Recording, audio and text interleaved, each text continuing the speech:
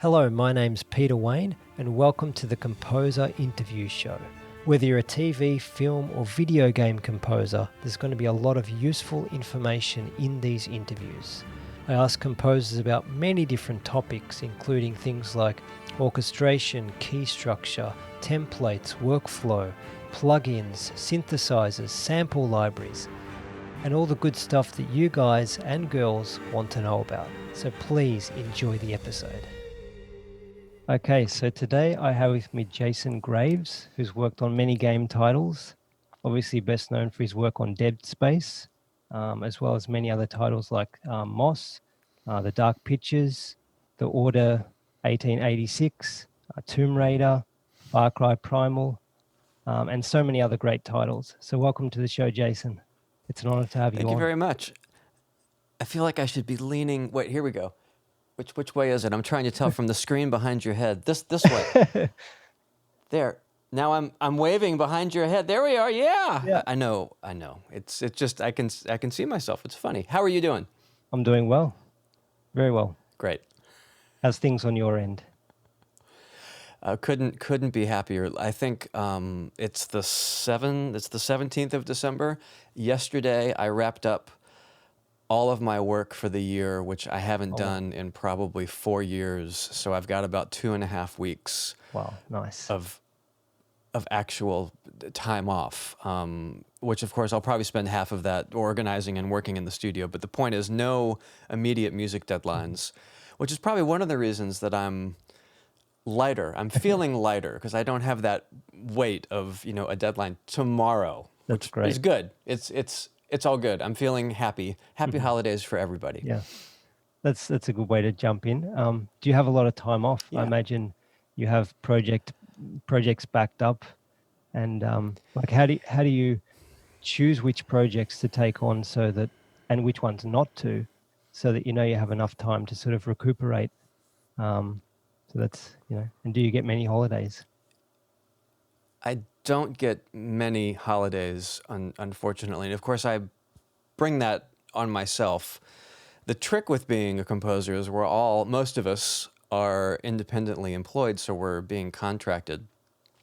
And that's good because if a certain game finishes and, maybe they don't have as many people they need to keep on anymore, you've got other games that you're working on because they weren't going to be paying you to write music for a game that's been finished, or a certain TV show wraps up. You've got other TV shows or other games, in my case, multiple pots to sort of choose from, and that's good.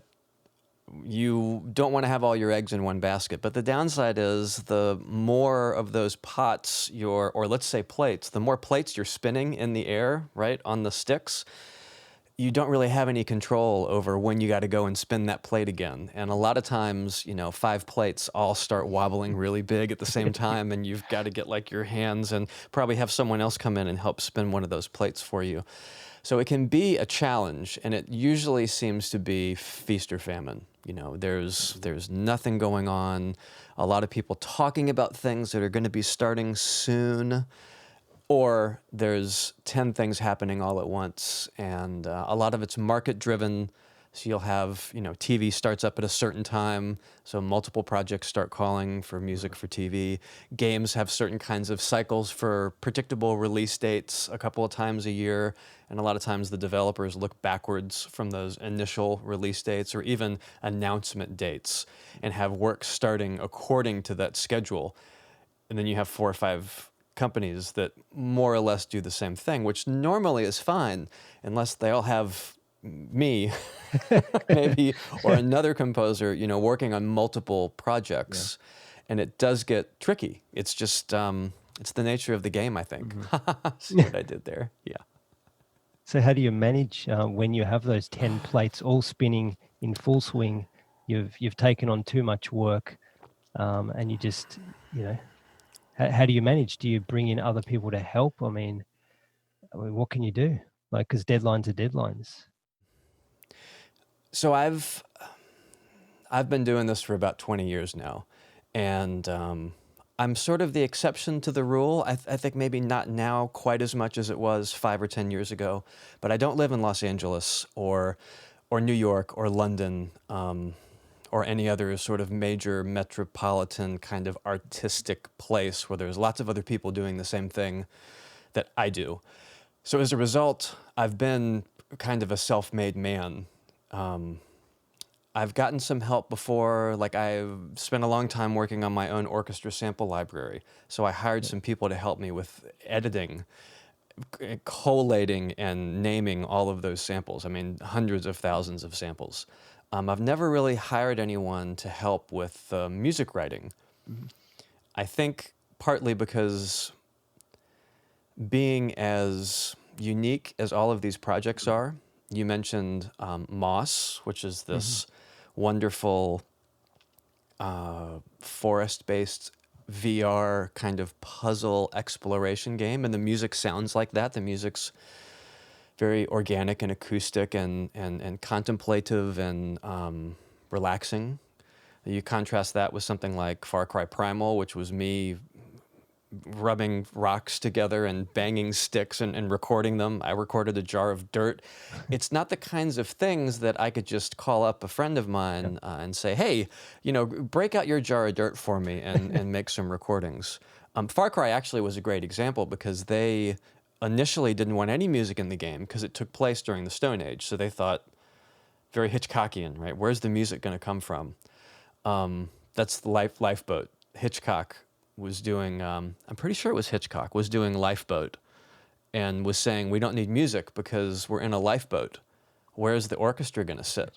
And Herman replied, well, Mr. Hitchcock, I'll show you where the orchestra is going to sit once you show me where the camera is going to be. And it was sort of a ba-doom, boom. I'm pretty sure it was Herman and Hitchcock. If I'm wrong, let me know. But it was never the easy out where there were 25 other composers I knew, you know, around the corner from me because I was in Los Angeles or New York or someplace like that, and I could just hand some things off. It was always like really personally constructed, shaped kinds of cues. So with Far Cry Primal, like I said, no music. And then they thought, well, maybe a little bit of music. And I came on board and was playing this very caveman-sounding music. I'm a drummer, so one of the first things I did, and this has nothing to do with the point I was going to make, except all the composers out there I think would totally be like, yes. I set up a prehistoric drum set. So I used, you know, overheads just like I would for the overheads and the drums, but I had two big tall ficus plants, you know, where the cymbals would be and where the drums, where the toms would be. It was different buckets and bags of rocks and bucket of dirt and stuff like that. And the kick drum was just this big piece of firewood that I hit against essentially a big table that I'd made out of plywood and 2x4s, but it had this big thump, thump, thump to it.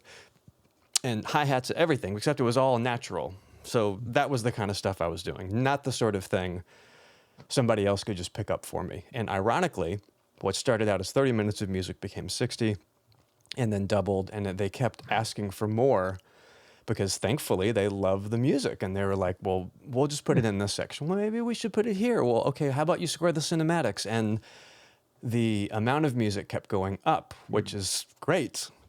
That's a dream come true, but the deadline never changed.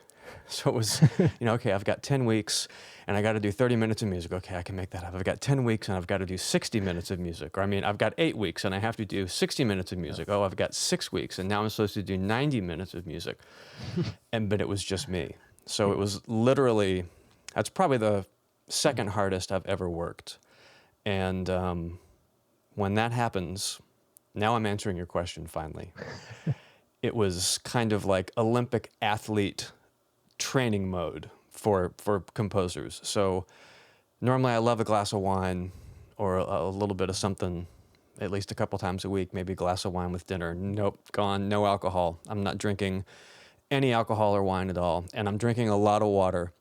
I'm going to sleep really early, which got easy in the end because I was getting up so early. So instead of staying up late and, oh, what time is it? The sun's coming up? Oh, when am I going to sleep?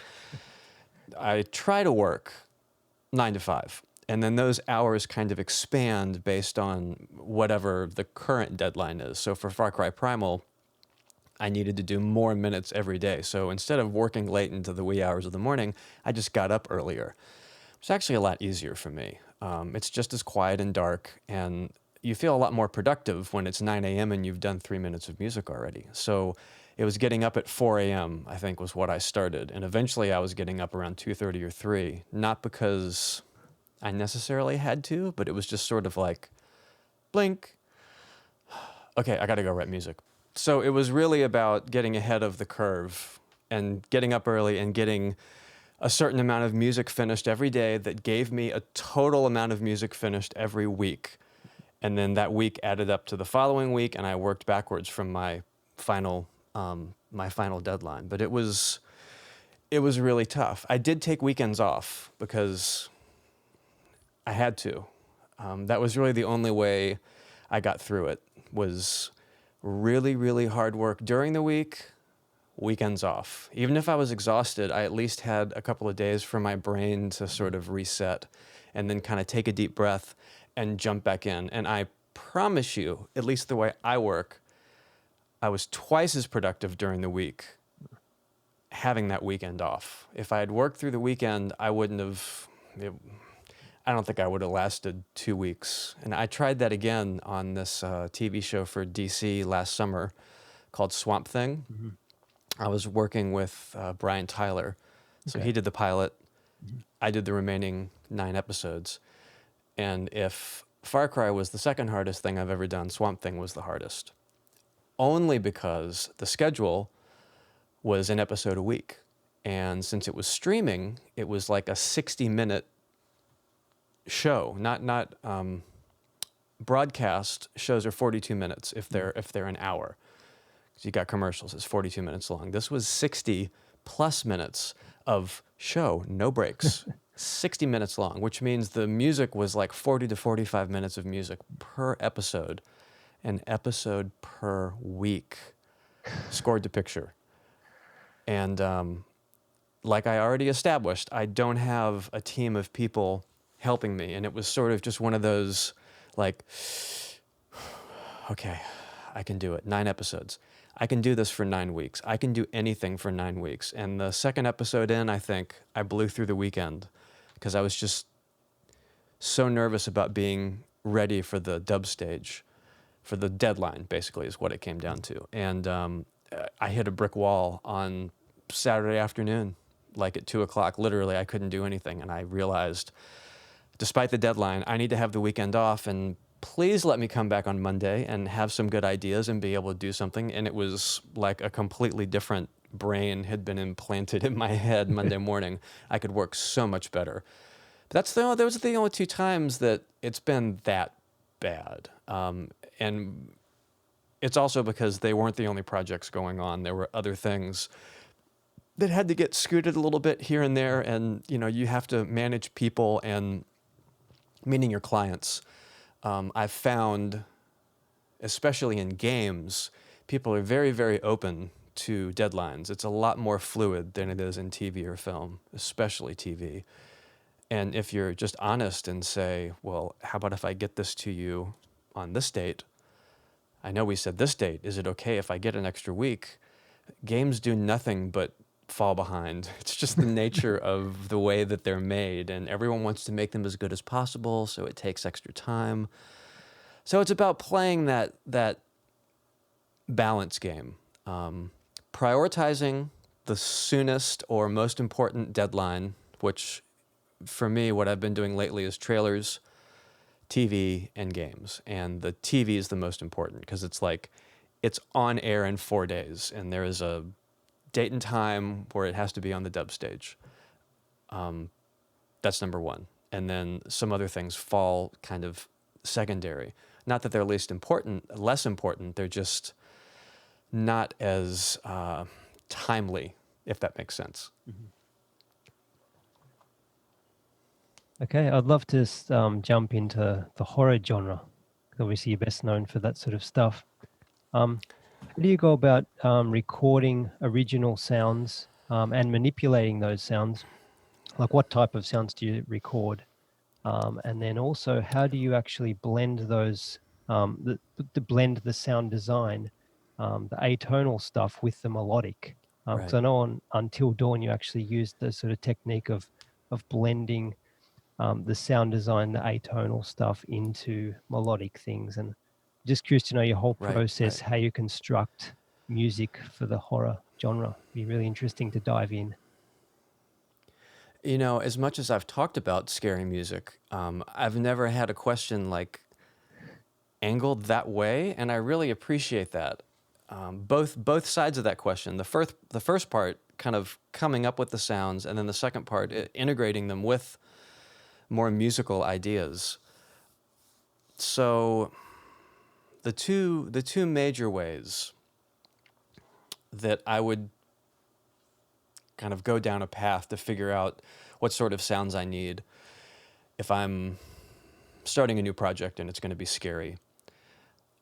If there's a budget, which I was fortunate enough to have a very small live budget on the first two Dead Space games, that I was doing sampling. I was sampling the orchestra. And the whole pitch of the original game was that it was very, very, very interactive, more interactive than anything EA had done before. And they wanted the music to be the same way. And the problem was like basically 4 stereo stems of independent music, depending on what was happening with the game. And we wanted to do 2 hours of music. So if you're recording a live orchestra, that's 8 hours of original material that you need to record. And we did not have the budget for that at all. Because it would have to be stemmed out on top of that. It was just insane. And my pitch to EA was, well, if you want to do the kind of scary music that I'm talking about doing, and I just thought of it as being as abstract as possible. So I always feel a bit disappointed if I'm watching a movie and it's built up all over the whole hour and a half or so through the first 2.5 acts of who this mystery. Is it a ghost? Is it a demon? Is it a monster? Whatever the thing is in the movie that's sort of terrifying everybody.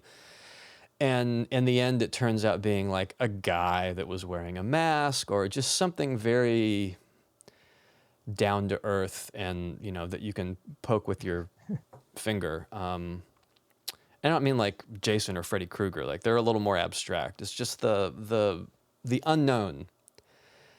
That aspect of the fear of the unknown has always been what sort of drove me from the beginning. Because Dead Space was the first really scary thing that I did, and it was really scary. I mean, for me, the project was a bit overwhelming.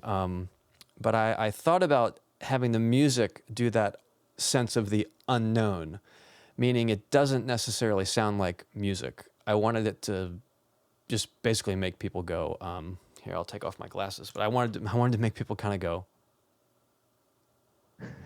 like they don't know what the sound is. They don't know if it's an orchestra or a violin or an oboe or someone screaming, or some sort of a sound design element. They just know that it makes them feel uncomfortable. And the reason it makes them feel uncomfortable is because they don't know what it is. They can't recognize it. Their brains can't place it. So basically their brain is like, run away, because it's a sound that you don't recognize. And that's this kind of innate sort of fight or flight thing, sort of like with babies crying or whatever. If you hear a sound that you don't recognize, your brain just says no, because it might be dangerous and you need to leave the room. And if you couple that with the fact that in the first Dead Space and the subsequent games, the necromorphs were kind of the opposing force, and the whole idea is it's a mutated version of a human. So I thought, I'm going to make a necromorph orchestra. Basically, I'm going to do everything with acoustic instruments, but they're going to be completely mutated, not through the computer or digitally. They're going to be mutated by the way the players perform the instruments. I'm pretending to hold a violin. And that's how I would get my necromorph. But the problem was they wanted it to be live. It had to be live, because even nowadays you wouldn't be able to pull a game off with 8+ hours of music just from music libraries. But there was no way to you can't preview it, and I can't be like, this time over here they're going to go or whatever. It was just sort of like, you're going to have to give me all the money for the live budget and just hope that I don't mess it up, is what it came down to. And I'll plan these sessions, and we'll do these recordings, and I'll build my own contact instruments and make it so that I can perform the score exactly the way we want it from an implementation standpoint, with the samples, with the orchestra sample sessions that I end up doing. And it wasn't like, where you hold down a key and it goes ding ding ding ding ding ding ding ding ding ding, and it does some like 7/8 cool clustery chug. It was, like one shots of everything. But I do 10 round robins, and I do 3 or 4 velocity layers of, let's say, just the violins doing a little cluster like that. And I'd get it on the full range. I've got a keyboard in front of me. I don't know if you can see it, but that's what I'm gesturing to. I'd get it on the full range of the keyboard. And I do that for first violins, second violins, violas, cellos, and basses. So then I can really go to town and write music that sounds live, because those clusters, it's not the same if you do a little group of keys on the regular short Marcato violin patch. It's the real deal, and it's round robin-y. And I did the same thing with runs later on, where they would just do different sort of runs up and then back down, but it was round robin runs. So literally I could do like octave Cs, and it'd go in like some crazy octatonic diminished sort of scale. But the idea was, with the round robin runs, it sounded like, and a little filter to control the dynamics, it sounded like they were playing that live. You didn't get that repetition, especially with runs. I don't know if anyone's done round robin runs before, but I did, scales and like little different kind of motions, and just went way over the top by the time I got to the second dead space, because I knew what I wanted and how I wanted to program those instruments. And that turned into a whole 10 years of me sampling orchestras. Whenever I had a live gig, I would just book another day with some number of players. Maybe one day I've got 6 trombones, and then another time I'm doing French horns, and then another time it's violas. And as a result of doing that, I've got this very, very large collection of personal orchestra sample things that they do conventional so I can make it work, but mostly it's all just insane aleatoric stuff. That's the triple $ version on the menu of finding different sounds. And the important thing, if anyone ever wants to try to do this on their own, which I've done with solo instruments, being a drummer, I can pretty much bang anything. And I've gotten pretty good at bowing cymbals or bowing trash can lids or any sort of a metal that'll give some noise. So it wasn't a very big stretch for me to pick up a cello or a violin and bow that. And it sounded horrible, which ended up being really good. So I've done the single $ version of sample aleatoric stuff, and played like 60 seconds of me just playing the highest note I could get on the cello, tremolo, because that way your bow technique isn't showing, like solpant tremolo, like super, super high, and just bending the pitch the tiniest bit. And I'll do it for 60 seconds, quiet and loud, and I'll play it for 6 cello parts. So you're sitting there doing that a lot. But once you have it, and you can do this with any instrument, but once you have that quiet and loud and it's 60 seconds long, you throw it into contact, your mod wheel, let's say, is going between quiet and loud, and the loop points of the quiet and loud in contact are different.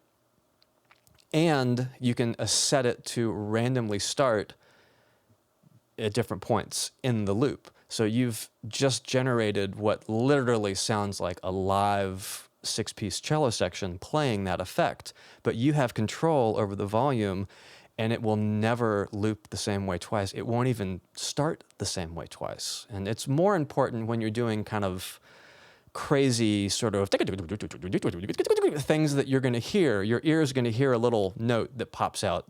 And when it loops, you're like, oh, yep, that's a loop, I can tell.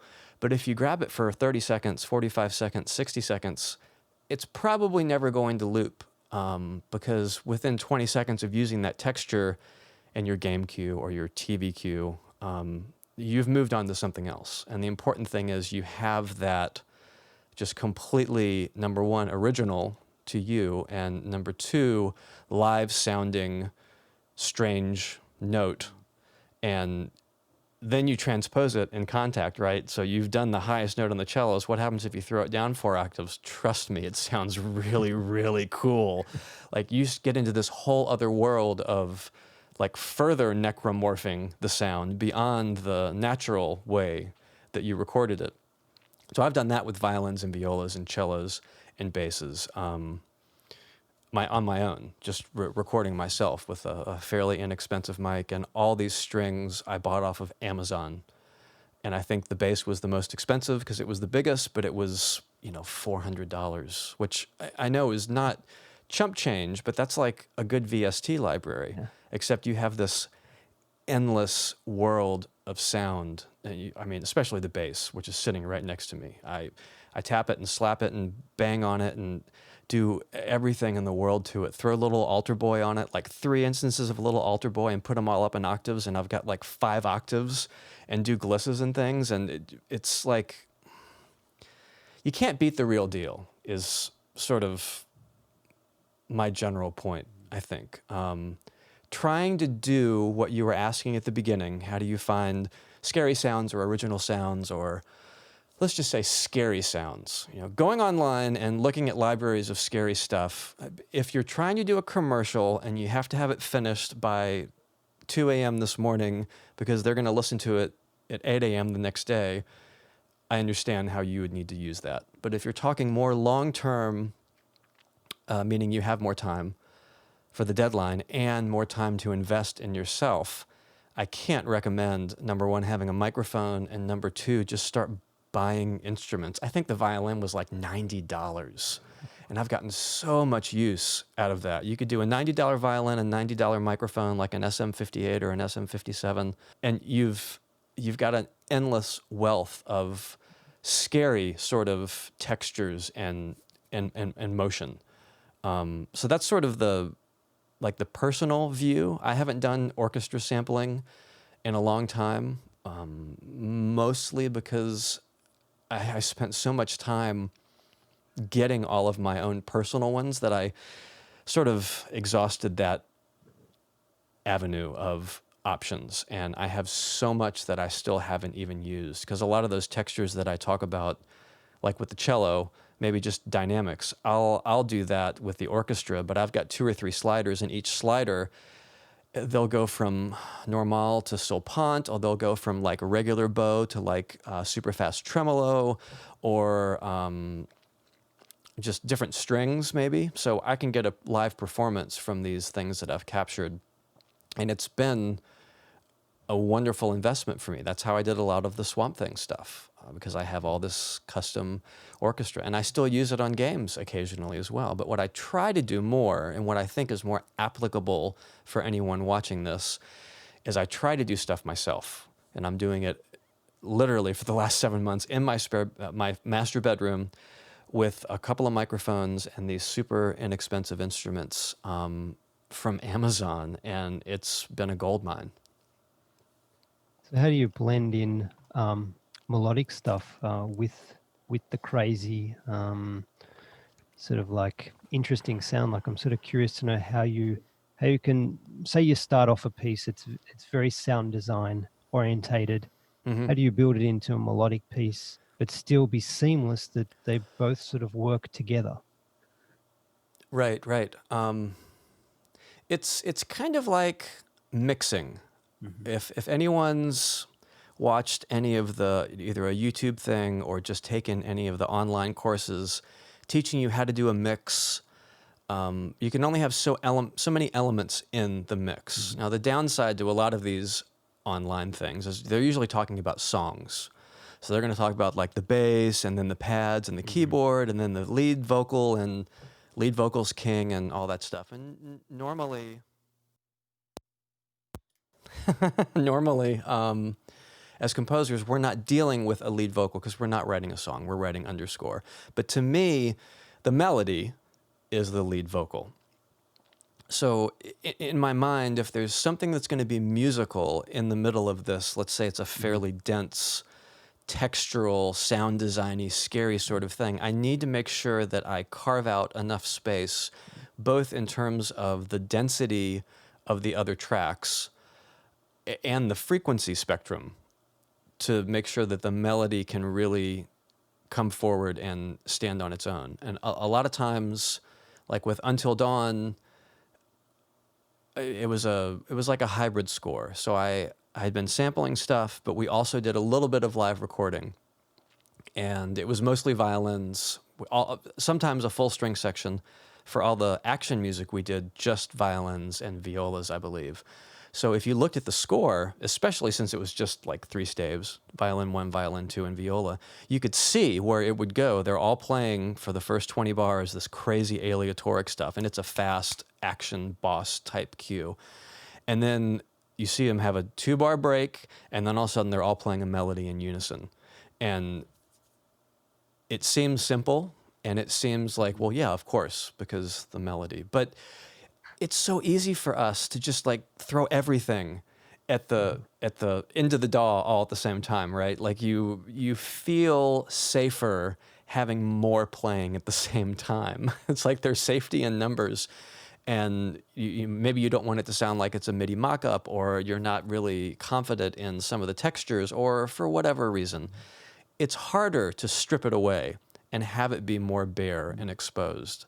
But I've found with experience that sort of the more you strip it away and the more you can kind of think in terms of that song structure I was talking about, where there's a bass and there's a keyboard and there's a vocal, you don't want to do too many things at once. And that way, when the violins came in playing the melody, it was more like just a motif. It was just a ba ya dan dan da or something, and then they go and do all this crazy ugly stuff, and then they play a little lyrical line again, and then they glist to different directions. And it was the power of them coming together and playing that melody in just octaves. Violin 1 and 2 up high, viola an octave down. But in the mix, it sat perfectly, because they're up in that upper register where the violins normally sit. And I didn't have anything else in the cue in that register. And that allowed me to have the bass and keyboards, or in this case, the cellos and trombones and sound design stuff, all grinding away and being kind of meaty and mean. And even the synths, they might open up occasionally, but you better believe when the melody was going to come in, I had the filter come down on the synths so that the space was carved out. And what felt really silly to me, like, I can't have this violin melody just poking out and doing this for a second and then going back down, was probably one of the audio director's favorite cues, because of the way it jumped between having the melody play and then having those same instruments that were playing the melody just kind of freak out and like their faces melt off and they do this other thing. That's what I've usually found. What I'm the most scared of ends up being something that the people on the other side of the glass react to the strongest, because it's different and because it calls attention to itself, if that makes sense. Yeah. Oh, that's great. That's really awesome to dive so deep into that stuff. I love all the sampling and that type of thing. So we could probably talk for hours. Oh, but, cool. And that's the thing. I don't get to talk about it that much, because it's just not. It's just not the thing that comes up in conversation very much. Like, oh, have you done round robin runs before? I have. Please get this person away from me now. But I think that's the way composing is really going. Like nowadays, you really have to understand a lot more in depth about what you're actually using, especially if you're using sample-based instruments. You've got to at least understand all the terminology and all the basic stuff. And then hopefully the next level would be to actually design your own stuff, so that it is original. So it's always cool to see how other people dive in and get their own original samples. And it's, and I also think it's fair to say, I just said this on a podcast last week, so I'm going to repeat myself, but I think it's worth repeating. If you were to say to me, hey, Jason, I've got a budget. We want to do live orchestra. I just want you to do an album of music, like 35 or 40 minutes of music. I mean, I don't want to give you a deadline. I don't want to hamper you in any way. You just be you and go do that album. And then you check in on me in like a year and you're like, how's it going? And it's like, oh my gosh, I don't know. I haven't done anything. I don't even know where to start, because I wouldn't have any way of getting it jump started. I've never done like a solo album or I'm going to do an album of library music that just says like, this is Jason and this is what Jason sounds like. Only because I've always been driven by whatever project I'm working on, especially with games, because they're so immersive and you're playing from this normally either first or third person perspective in the game. So it's like you're experiencing this music in your head much more so than with TV or film. So it's easy for me to talk about being inspired and doing this crazy stuff with cellos and bowing cymbals and trash can lids and everything, but I'm doing all of that as a knee-jerk reaction to whatever the game is that I'm working on. And Dead Space is the perfect example, the Necromorph Orchestra, or all the dirt, the mic'd up bucket of dirt for Far Cry. They allow me sort of free reign to just be completely crazy. I would never say, I'm going to make a drum set out of plants and rocks. I wonder what that's going to sound like. I mean, and I felt sort of stupid trying it, especially when I took the brick and was just dragging it across my brick floor in the studio, going like, and then running it through a Bricasti reverb, and it was like, that actually sounds really cool. And that's the bottom line. If it sounds good, if it sounds cool, and if it's inspirational to you, and people on the other side of the glass will say, respond to it, that's all that matters. It's okay to rub two bricks together and record it, because that's what the project called for. So I'd like to know, do you mix and master your own music? Like, I mean, sort of more on the final stages. You touched on actually like the mix of blending instruments and that sort of the composing, the composing phase of like mixing, but like, do you actually mix and master your own music when it's finished? Unfortunately, yes. Okay, that's great. Well, what's the process for mixing and mastering? What's your mastering chain look like? What does it change from project to project? Like, it'd be cool just to touch on. Yeah, there you go. There's my mastering chain. I didn't mean to interrupt you. No, that's exactly what I wanted to know. Like, I can see you've got some mastering hardware there. Yes, and I'm in North Carolina. I'm not in LA. We already established that. And I've even tried to hire some guys. Like, what's your fee if you worked a week on something? I will pay you that, and I will fly you to North Carolina so you can mix this thing for me at my place. And I can learn from what, and they're all too busy, and it's no one's fault. But I know there are some people who naturally just have that built into the schedule and the budget to go and have it mixed later. And I never had it built into the budget at all. And as a result, I think I never built it into the schedule. And as a result, I just did it myself, and it was trial by fire and learning what to do, what not to do. I can say on the second Dead Space game, I wrote some string quartet music, and I did not master that soundtrack. I mixed it, but EA had someone that they wanted to master it, and I was like, fantastic. I'm sure it's going to sound better than if I do it, and it actually did sound really good, except I noticed from the beginning that it was a little tubby. It was a little bassy for me. And for some reason, there wasn't a chance for me to approve or not approve. It was basically like they were going to send it to the guy, and then it was going to get pressed. And that was it.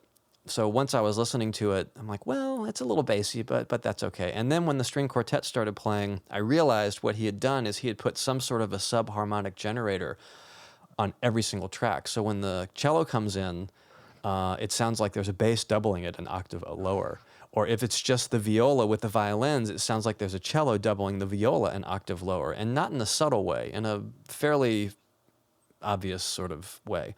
So I decided then that I wasn't going to let anyone else master my stuff unless there was the time for approvals and things like that. And it just, honestly, I think I sort of didn't look back after that. I just thought I can do maybe not as good of a job as he did on the general thing, but there wouldn't be a sub bass.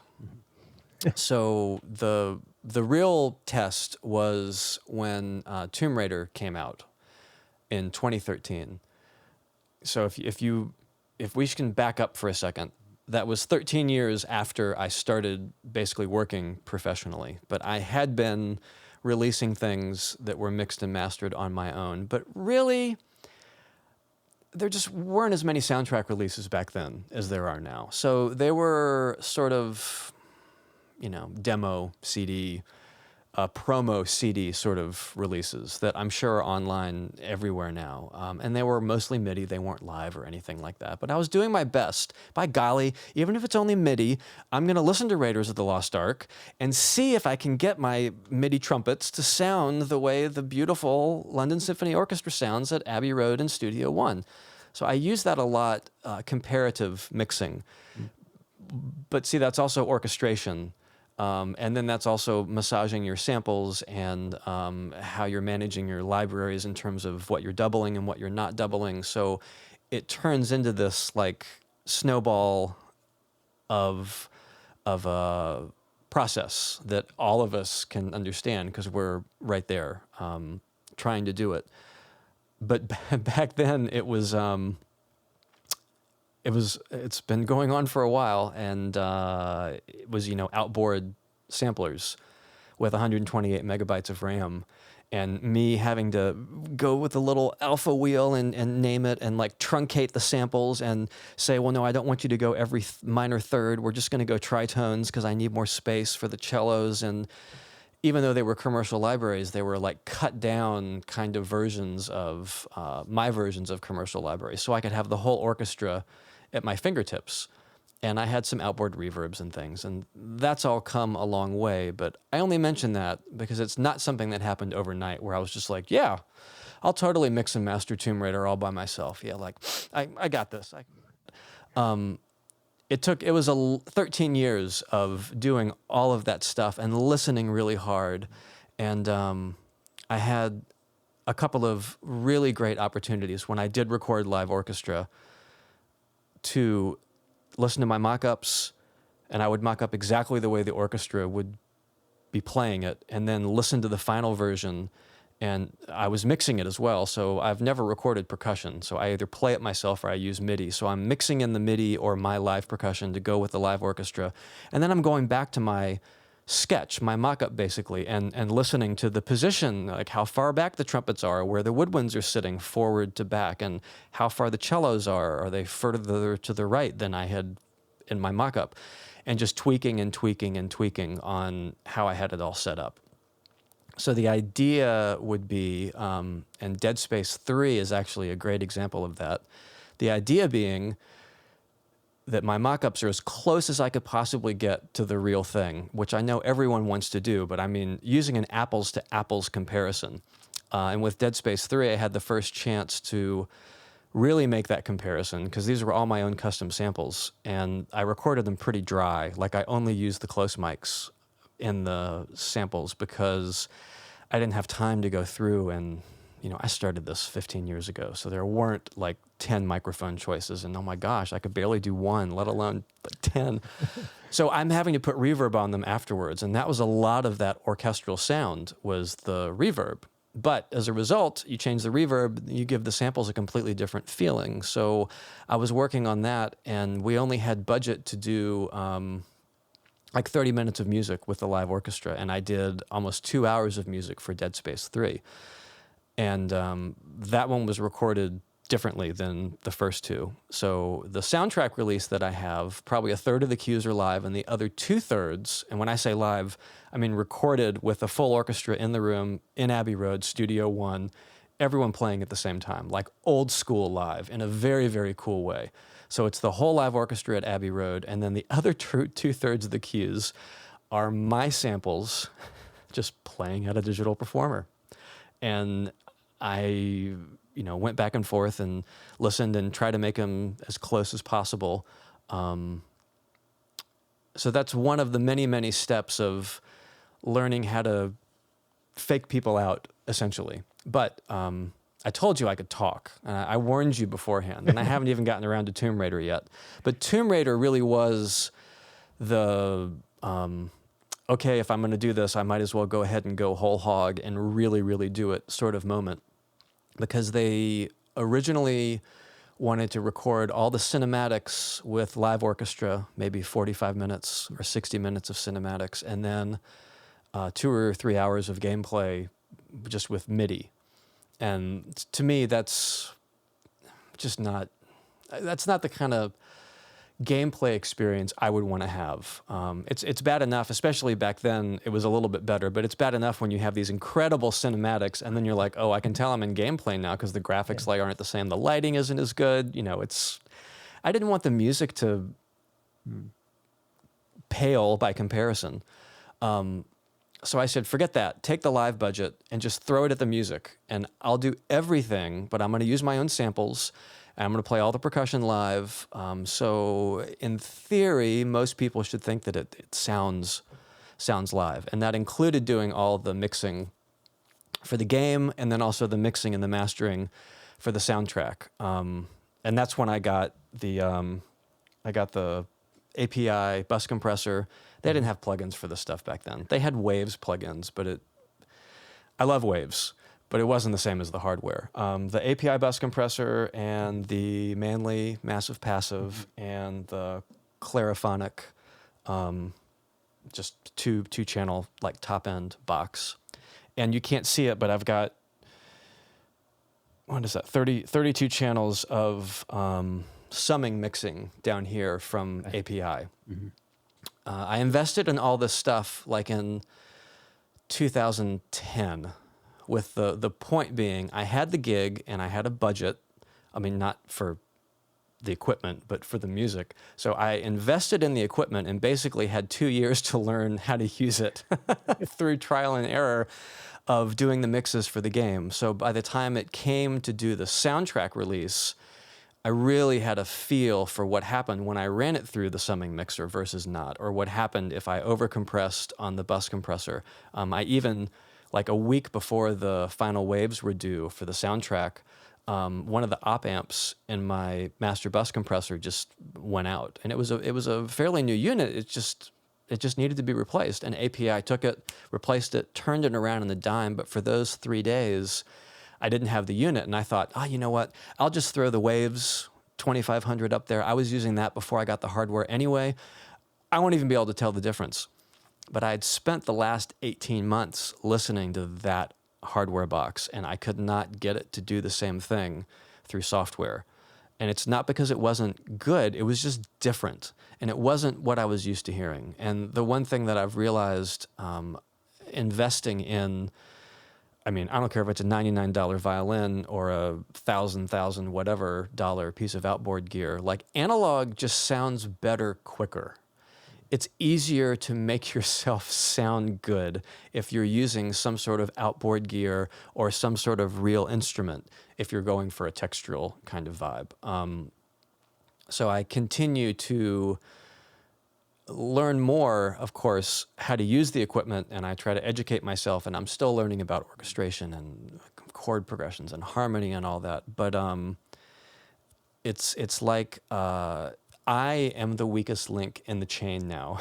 So if the mix doesn't sound good, I can't blame the microphones, I can't blame the preamps, I can't blame the outboard, I can't blame any of that. It's me. So it's a privilege to be to that point, and it took me about 12 years working full time to get there.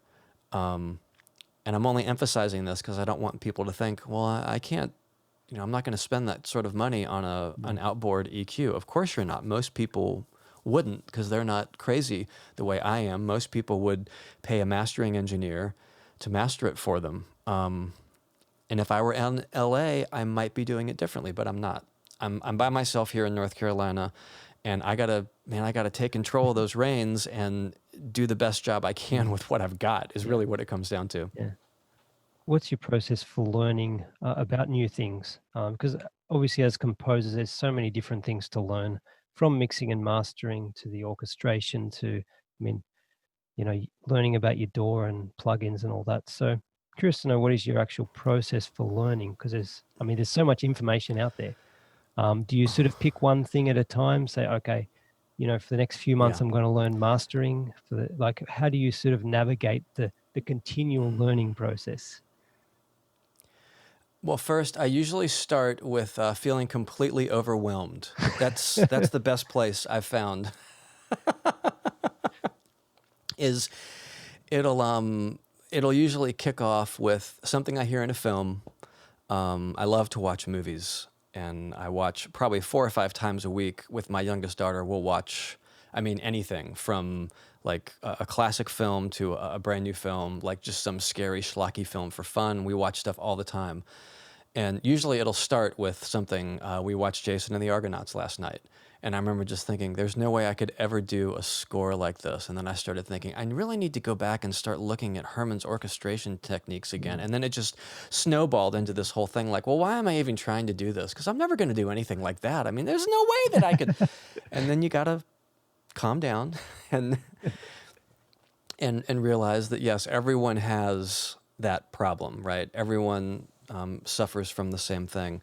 So I know YouTube is a huge resource, and I know there are people out there putting things out on a regular basis. I've done my very, very, very, very small bit to share some of the things that I learned, and unfortunately, I haven't been able to keep up with my YouTube channel. But that's what I love YouTube for. But I don't personally, like, my learning method is not listening to someone else talk, especially if I'm trying to find out something specific and it's a 30-minute video and maybe there's 30 seconds in there that I really want. I'd rather have a book. And that's just, Okay. I'm probably just old-fashioned that way. So I have so many books. I mean, it's like a music library of scores, of orchestration techniques, all the orchestration books you'd get out of school, all the books on like how to record drums or like pick the perfect guitar tone, all that stuff. Because to me, $10, $20 for some of these little thin paperback guides to recording drum set or something, I much rather enjoy, highlighting some things, reading them, maybe putting some notes on the margin, than I do scouring the internet to learn. And the same thing goes with orchestration, and a lot of times it's just playing whatever I'm working on. If I'm doing something in the computer with samples that's orchestra and it's not sounding the way I want, or maybe it's not balanced the way I feel like it should be, I'll just go to listen to something, not even the same style, but just try to get like that snapshot of, usually I try to do newer things. So a newer piece of film music maybe, or something like that I'm not necessarily familiar with, so it doesn't have all that baggage. Like, I'm not going to pull up Star Wars and just be depressed. I can listen to something that I'm not that familiar with and just kind of get the sound stage and get the balance, and I'm not trying to copy it. I'm just trying to readjust my ears, and then I'll go back and listen, and usually it's like, oh yeah, I've got way too much low string going on. Like, the cellos and the basses are in octaves and they're way too loud. I don't need to have all that happening. So it's trial and error, just like everything else. And I do have a lot of sample libraries. I try not to buy too many. I did get the Abbey Road 1. I'm talking about Abbey Road. And as soon as I played it, I just pulled up the short strings and it was just like, oh, that's it. I'm sitting there, I'm conducting them. It's in the space and they're right over there, and it's got that beautiful tail on it. And I know it's a smaller library, and a lot of people have complained because it doesn't have legato, or it's missing whatever articulation and no celeste or whatever. But I think for a starting point and for the price that they asked, it's fantastic. And I've got everything else. I mean, everything else that all sit on a computer, all available and loaded and ready to go. But I only use specific ones depending on the sort of sound that I'm looking for. But that's all just trial and error, really, more than anything else. I'm not a big fan of walkthroughs and stuff like that. But I also don't play a lot of games, and I'm a game composer, so maybe you shouldn't be listening to me. So I guess the best way is just to dive in, just just do something over and over and learn through that, rather than actually sitting down and watching someone on YouTube. Actually, just do it, dive in. I think you really hit the nail on the head there, because that's the one thing that I am forced to do because I am blessed with deadlines and people asking for music, and I don't normally do a lot of corrections and things like that, because I feel like at the beginning of a job, I work really hard to see eye to eye with the TV runner or the game creative director or whoever it is, and we do some experimenting up front. So then when the rubber hits the road, it's just deliver, deliver, deliver, deliver. And that's pretty much been my life for 20 years, is deliver, deliver, deliver, deliver. Because when I'm having those initial conversations and little experiments here and there with this developer, I'm also delivering, delivering, delivering for this other developer, and also the cues on this TV show. And I think it's like if John Williams were a bodybuilder, he'd be like the musical version of The Rock.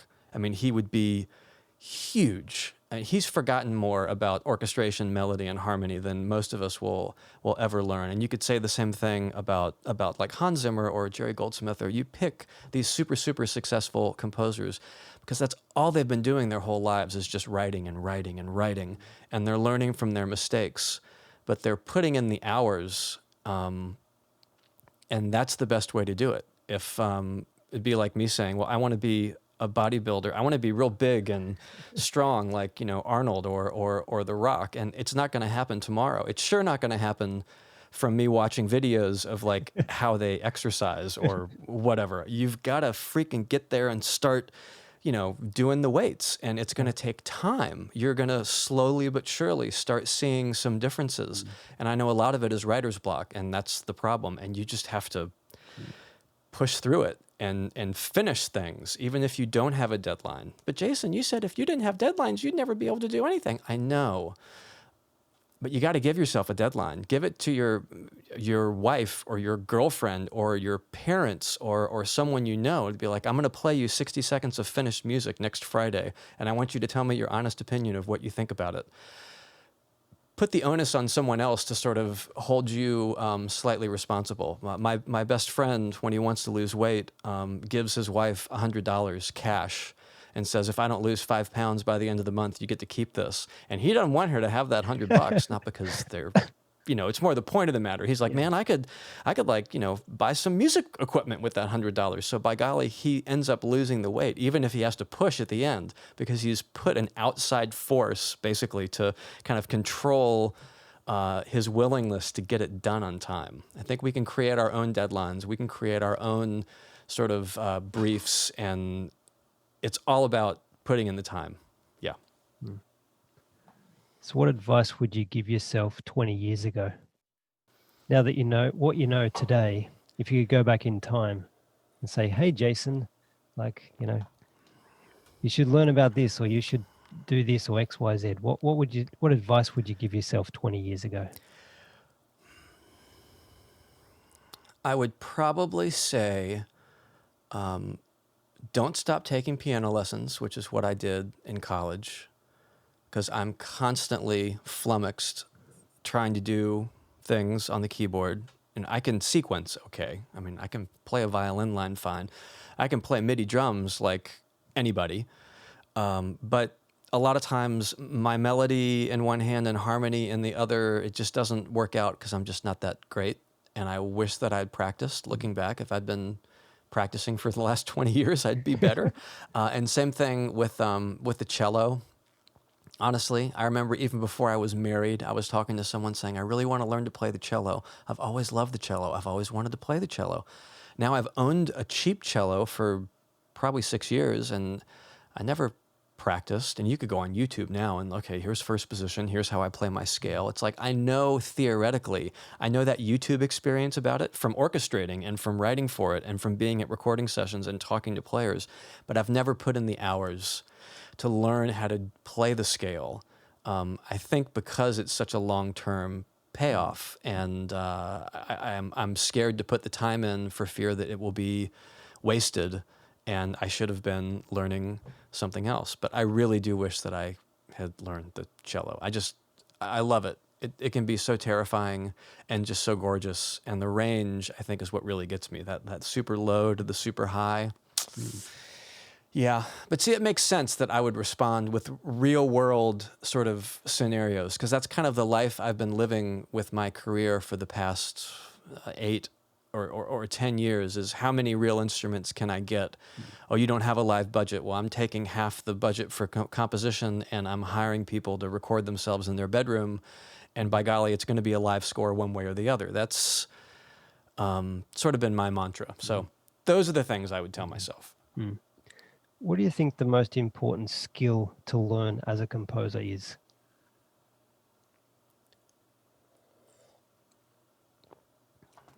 I know this is stupid, but listening. And I don't mean listening to your music. Listening to the person who's paying you money to write the music, because ultimately you're going to sink or swim by their decision.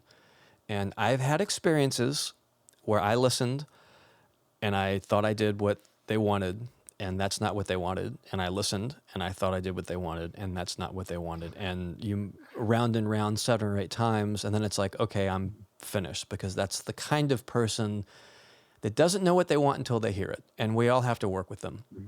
So I'm not necessarily using them as the best example, but just listening. I've been in on meetings with other composers, and we come out of the meeting and we both have 2 completely different ideas of what they were saying they wanted the music to do, or they wanted the music to sound like. And these are friends of mine. I mean, very intelligent, respected, talented, experienced composers. So there is a craft to it, to listening and responding to them, so that you're not putting your own sort of desires ahead of what you think they want.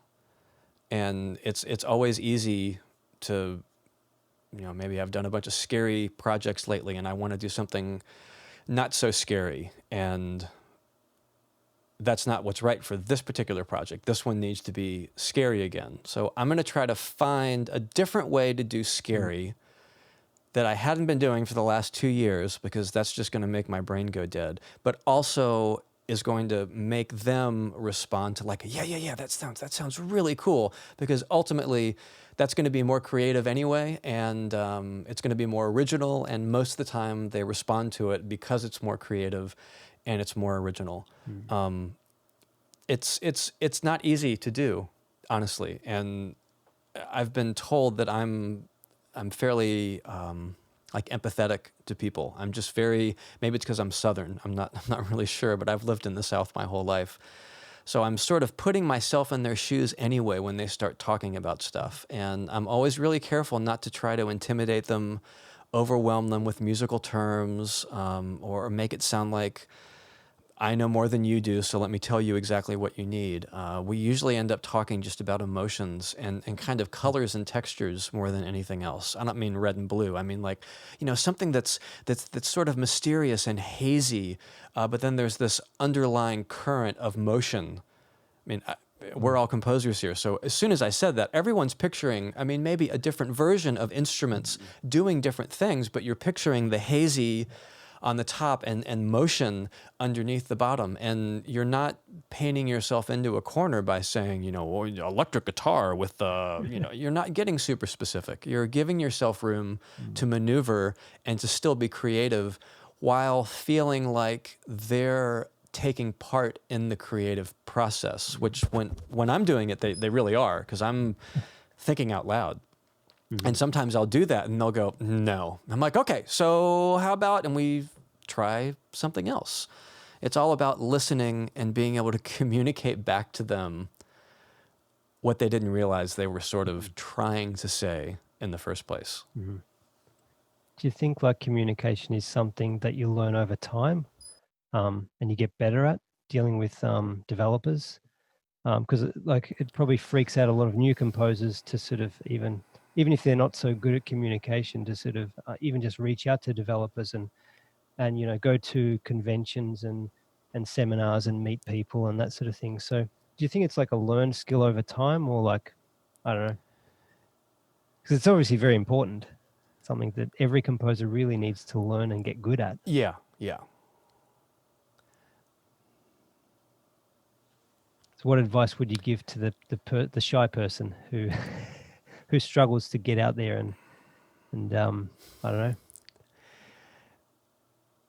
I think it's a little bit of both. And I've always been sensitive to the less extroverted composer. I am not the less extroverted composer. I have, in some regards, I have no problem meeting people and talking to them. Mm-hmm. Actually, what I do have a problem doing is talking about myself. Even if we're at a big video game conference, I don't even wear my lapel, badge with my name on it and everything, because a lot of times, not lately, but before the internet was like so huge, people would recognize my name on the badge before they recognized my face. So I just hid it because I didn't want to be like that guy talking about his music, and I would much rather hear about you and what you're working on, or what you're doing at the conference, or where you're from, or something like that. And that's just naturally how I want to do it. So I do get the not wanting to like put yourself out there and talk about yourself. I think half of it is probably innate. You either do or you don't feel comfortable doing it. But the other half is most decidedly learned. Mm. And it's something that I don't think YouTube composer sites are going to be talking about, how to win friends and influence people, or any of that stuff. But there is something to be said for that kind of public speaking, marketing your company, and your company is you, essentially, but marketing your company, learning the difference between sort of the internal reality of your business versus the outside perception of your business. And if it sounds like I'm starting to talk like marketing kind of sales, that's because I took classes and read books, and I listened to tapes of people talking about how to do these things. And a lot of it was very much like, that totally makes sense. Now, they're not using examples that would pertain to me whatsoever, but internal reality versus the external sort of appearance. It's like, yes, that's, either I can do more than you realize I can do, so I need to tell you about it, or maybe you think I can do more than I feel like I really can. But there's always, they're never really going to match up. So it's about feeling comfortable enough, which is just going to take time, talking to people. And if you're an introvert, you don't have to talk about yourself. As a matter of fact, the easiest thing in the world is to get other people to talk about themselves. If you meet someone else and you're at a game conference, let's say, and they've got a t-shirt on of some game that you recognize, or you think their tennis shoes are cool, or you're all standing outside and it's raining, you just start talking. And the more you sort of ask about them, the more they're like, I like talking to this person. Like this is fun, because they don't realize that they're actually just talking about themselves, or talking about like their version of what the weather is or anything. It's you're engaging in a back and forth conversation. It's just the pressure isn't on you to provide the like flow of information. You're just sort of peppering it with questions, and I just do that as a defense mechanism, I think, more than anything else, so that I don't have to talk about myself. And the bottom line is, with audio directors or music editors or creative directors, any of the people I've worked with over the last 20 years, whether we know each other or not, most of the time we're not talking about work. If we don't know each other, it starts off with, you're not in LA, are you? To me, no, I'm not in LA. I talk about North Carolina, I talk about some of my animals. We've got a lot of animals here. Oh, we've got a cat and then we start talking about their cat. And then you're getting to know them as people, on Zoom or in person, eventually, let's hope, in 2021. You're engaging them as a person, you're getting to know them, and they're getting to know you, and then it's like everything else is easy after that. You can mention something about music, but it's a natural progression of something that just sort of happens. And I promise you what will actually happen is they will change the subject. If maybe you were meeting because they knew you were a composer, they're going to say, so, you've been doing like I saw. They'll turn the subject to you and start asking you, because whether they realize it or not, psychologically, they're like, I need to learn more about this person too. And it's a two-way street. And it sounds silly, but it totally works. There's probably lots of YouTube people how to strike up conversations. It doesn't need to be music specific. As a matter of fact, it's better if it's not. I don't think I would want to, says the composer as he's talking about it, I don't think I would want to listen to a composer talk about how to talk to people. Even though that's exactly what I'm doing. No, but it's all good. It needs to be natural is what it comes down to. Right. But it's actually good to get advice from composers, even about like communication, because it keeps it more grounded, right? Like if you're a composer and you listen to a marketing person or someone, it's like, they're not talking about dealing with audio directors. Okay, they're talking about dealing with managers and whatever, but it's still just that context, I think, is really good to touch on. So that's awesome. Yeah, it is. It's been awesome talking to you, Jason. I've loved listening to everything. I really appreciate your time. So it's totally my pleasure. You had some really, really great questions. Otherwise, this would have been a much shorter conversation. Well, thank you. I hope you enjoyed this episode. If you liked this video, please give it a thumbs up. I really appreciate it. And there's going to be more interviews coming soon, so please subscribe to the channel and leave your comments, feedback, suggestions, and I'll see you on the next video.